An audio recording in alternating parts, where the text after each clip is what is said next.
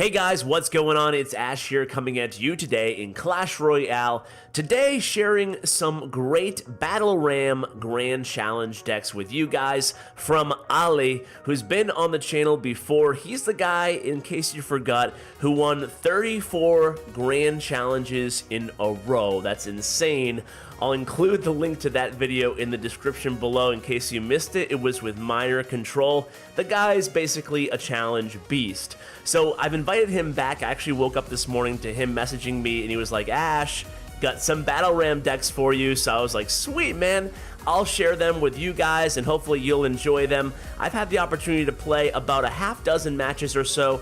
So far, undefeated, no big deal. Playing some of the decks that we're going to spotlight in today's video. There's going to be 3 decks, and I'm going to share all the good stuff with you guys. Not just looking at the nice gameplay, but also how to play them from Ali's mouth himself. So the 3 decks we're going to cover is a Battleram Control deck, the second deck is a Miner Control, and the third deck is also Miner Control but with the Executioner Tornado combo. These first 2 replays we're going to share are going to be with the main deck, and there's a reason that Ali and myself are calling it the main deck, and that is because he feels like this deck is the most viable to use outside of the Battleram challenges. In fact, he feels that it's actually a really good deck in general. So don't feel like, okay, this is just a deck that we put together just to share for the sake of the challenge. It's not like that at all. In fact, before I get into how to use this deck properly, and the reason that I'm sharing 2 replays on this one, is because I do want to spend a couple minutes and just talk about the Battleram itself. So it landed on the Clash Royale scene yesterday in the form of this new challenge, and it's a little bit, I'm not gonna lie, a little bit underwhelming at first, right? I mean, you are getting a decent amount of value and a unique value out of that 4 elixir that we've never really seen before. You're getting the Battleram effect that targets the structures and crown towers. You're also getting that cool 2 spawned barbarians, and you can kind of lean on it in a pinch defensively as well. Now, the one thing is, you know, it feels like maybe it should do a little bit of death damage after you destroy it, so I wouldn't be surprised if it does receive a buff. And if it does receive a buff, or even if it doesn't, these are the type of decks that you're going to want to know how to use. So that's why we're going to share them today. And, you know, overall, I think I talked a few of my clanmates, a few of the top players in our clan, see what they thought of Battleram, and, you know, pretty much all around the board, I'm getting the same answers. Love the card, not sure if it's strong enough, but it's definitely still viable. So it's somewhere kind of in the mix right now. Definitely probably seems like it needs a buff, but we're going to teach you how to use it effectively anyway as a win condition in especially 2 of these decks, really all 3. Now, the other card that you're going to see similar in all 3 of these decks is going to be the Lightning card, and that's because the Lightning has a great synergy with Battleram.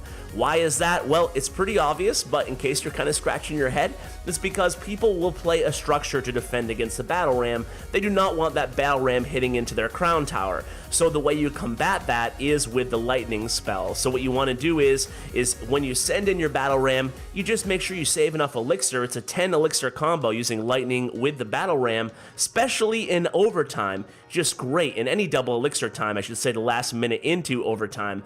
Comboing the Battleram with Lightning is a really good idea. That's why Lightning is going to be included in all 3 of these decks. If you're struggling to find a good classic or grand challenge deck with the Battleram, consider adding Lightning to whatever you're comfortable with and then comboing them together. So into the main deck here, we're going to hop into the second replay. Just want to make sure I find the correct one because he did share quite a few. He's been grinding challenges basically since the challenge came out, trying to get that max Battleram. So let's go. Okay, so here's the second replay here, and it's with the main deck again. So the main feature of this deck is it's fast for a control deck. It's a 3.4 average elixir cost. Now, some of you are saying, Ash, that's not that fast. But for control decks, they usually range around 3.5 to 4 elixir cost, sometimes even a little bit higher depending. So, you know, 3.4 is a little bit on the cheaper side. So what you should be able to do is be able to cycle defensively enough to stop your opponent's win condition with this deck. You have the Inferno Tower, you have Lightning as well. Now, Inferno Tower and Lightning are also your only cards over 4 elixir cost. The Battleram is your only 4 elixir cost card. So you're going to be leaning on your Inferno Tower against beatdown decks. Basically, we'll discuss how to defend against the variety of popular archetypes. And then your Lightning, you're going to want to get value out of that, even defensively, right? So it doesn't have to just be comboed offensively with the Battleram. You can also use your Lightning spell defensively, especially if someone puts their troops haphazardly around their Crown Tower. Go ahead and take advantage, get some chip damage with the Lightning, also get your Battleram onto the tower, as you can see right now. So that's kind of going to be it defensively. Inferno, obviously, against beatdown decks, gives you the luxury to push the other lane pretty hard once you see that tank coming down.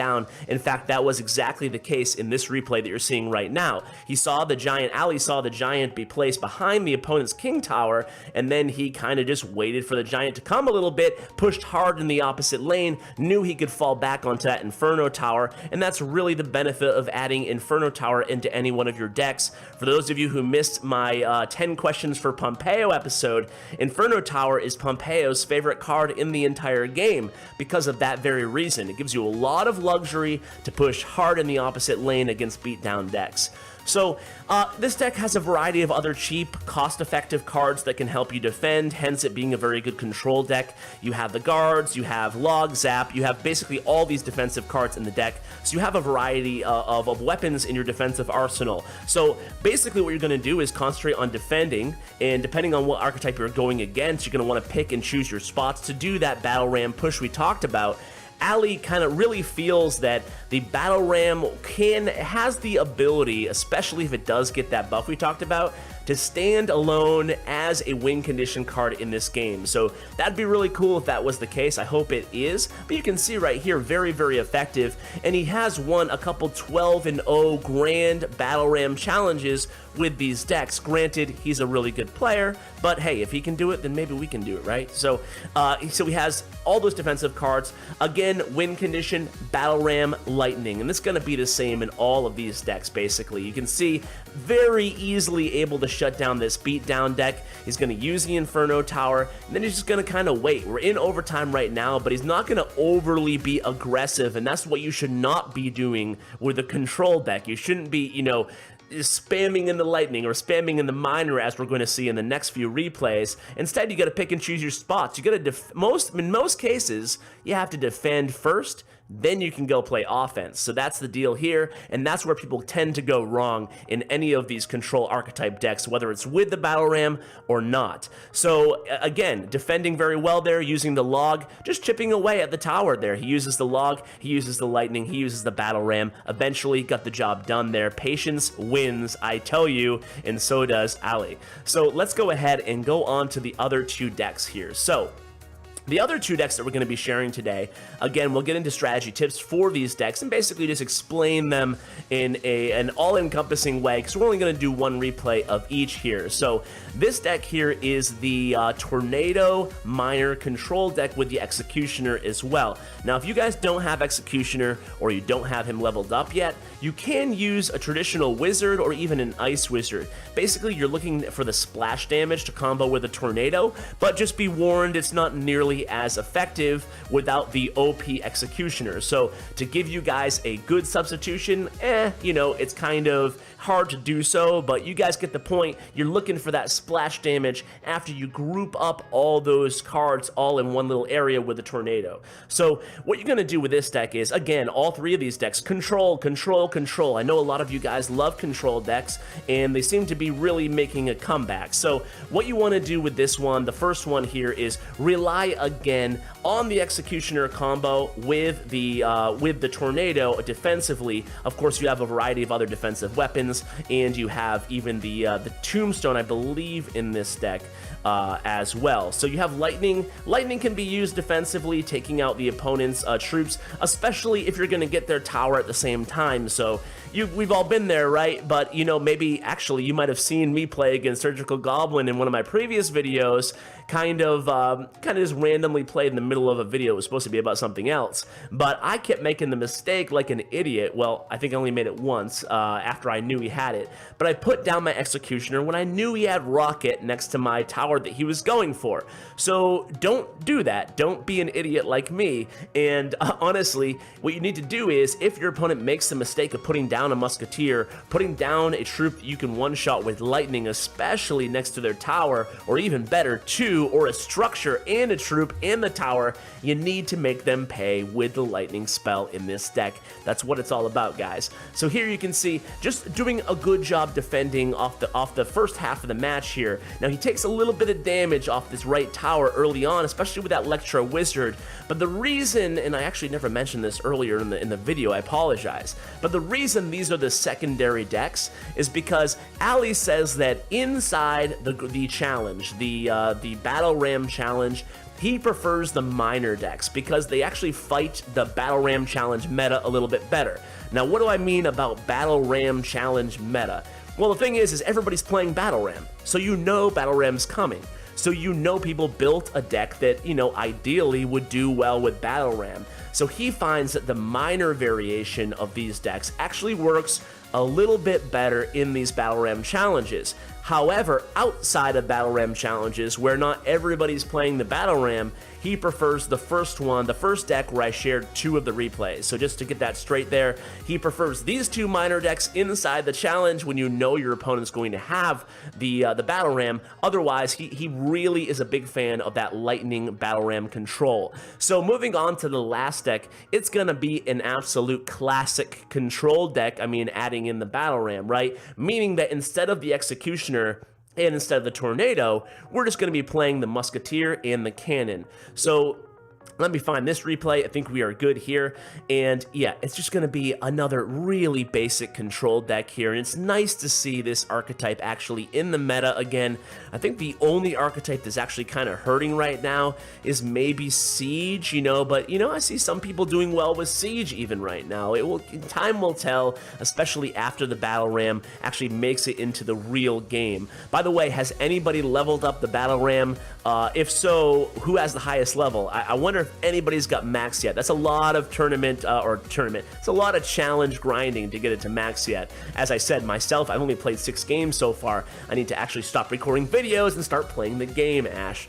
But you can see here, Ale on the top. Using that cannon, you know, you have to use cannon. You have to have a structure. Or you don't have to, but it's a good idea to have a structure. And that's why, again, lightning is so formidable, right? So what you want to do is just place that cannon, distract your opponent's Battleram or whatever they're coming at you with, whatever their win condition defensive targeting card is, Hog Rider or whatever, you're going to use your cannon for that. With this deck, you want to play defense. Your Musketeer is one of your main defensive cards, and you can kite troops very well with the Ice Golem. Ice Golem is funny, when you look at Woody's meta snapshot, he took a big hit after his nerf. He did, there's no doubt about it, but he still makes an excellent tank. In fact, you can see the opponent coming after Ellie right now, doing a pretty decent job until that Musketeer, you know, and he ran into Ali, right? But you can see that combo is kind of tough to deal with if you didn't have all those defensive, or all that elixir to play defense there. So what you want to kind of do with this deck is just chip away with the miner, right? So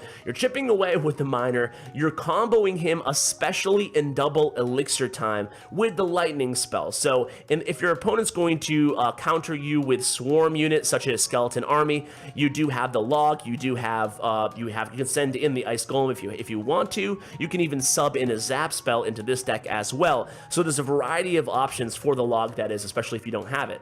There's a variety of options defensively and offensively. I mean, you have 3 main cards, right? You have Battleram, you have Lightning, and you have Miner. It's not that hard. You just need to focus on playing defense. And as always, and every single pro says this at this point, but it's totally true, is you just got to know what your opponent's playing, and then you'll know how to play your deck. So once you figure out what your opponent's got going on, and of course in these challenges, most of the time it's going to be decks like this. It's, you know, people are playing Executioner a lot, people are playing Beatdown a lot, so you should be ready for both of those variations and know how to defend against them. So a Concentrating on defense here is Ali, and you can see basically every 10, 20, 30 seconds, he slides in that miner onto the right tower until he gets it low enough to be one shot by the lightning, and that's what you should be doing as well. And matter of fact, you can kind of push the limits a little bit and get it down to lightning plus log, because you do have those 2 direct damage sources. And you'll notice right here, going into overtime, Ale not afraid to push the other lane, and that's something that you'll definitely see good players do. He has that right tower down to 503 HP right now, plays good defense there. He's able to get the log on the tower. Now he knows that all he needs is either a miner in there and a lightning, or just a log and a lightning, so he can just continue to play defense here. In the meantime, he did a substantial amount of damage to that left tower just in case the opponent ties things up, which wasn't the case. So guys, I wish you the best of luck if you decide to use either of these control decks, these control Battleram challenge decks. They're really great. They're probably going to be decent on ladder, especially if the Battleram gets that buff that we're kind of hoping for, but we'll have to wait and see with that, of course. Either way, it's good to know your control decks, and there's really none better to learn from than Ali. So special shout out to him, special shout out to all you guys for watching today. Still a little under the weather. Thanks for hanging in there, guys. Thanks so much for watching, and as always, take care, guys.